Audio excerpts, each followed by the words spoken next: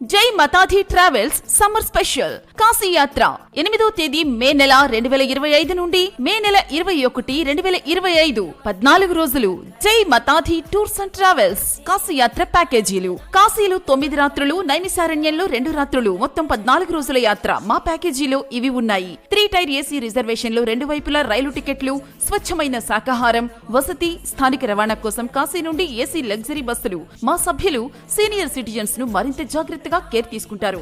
మీరు మీ కుటుంబ సభ్యులతో యాత్ర చేసిన అనుభూతి ఖచ్చితంగా ఇవ్వగలం. మా కార్యక్రమాలు కాశీలో సైకతలింగం అభిషేకం మరియు స్థానిక పర్యటన, ప్రయాగ, సీతామఢి, గయా, అయోధ్య, నైమిసారణ్యం ప్లస్ నైమిసారణ్యంలో సత్యనారాయణ వ్రతం, స్థానిక ఆలయాల దర్శనం.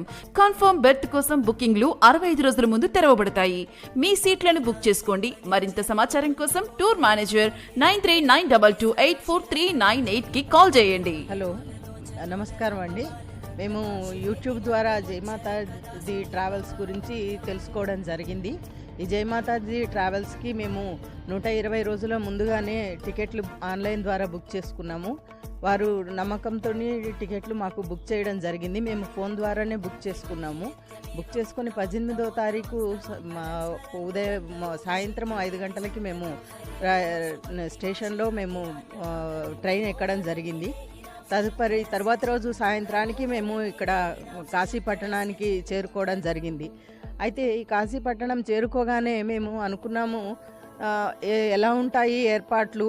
మేము మిగిలిన వాళ్ళ అనుభవాల ప్రకారం చూసినప్పుడు కాశీపట్టణము కొద్దిగా కంజెస్టెడ్గా ఉంటుందని, సరిగా వసతులు లేకపోవడము, మన ఆంధ్ర భోజనము సరిగా దొరుకుతుందో దొరకదో అనేటువంటి కొన్ని అపోహలు మా మనసులో ఉండేవి. కానీ మేము రాగానే జయమాతాది ట్రావెల్స్ వారు మా యొక్క ట్రూ మేనేజర్ గారు అయినటువంటి మోయిన్ గారు మమ్మల్ని రిసీవ్ చేసుకున్నారు.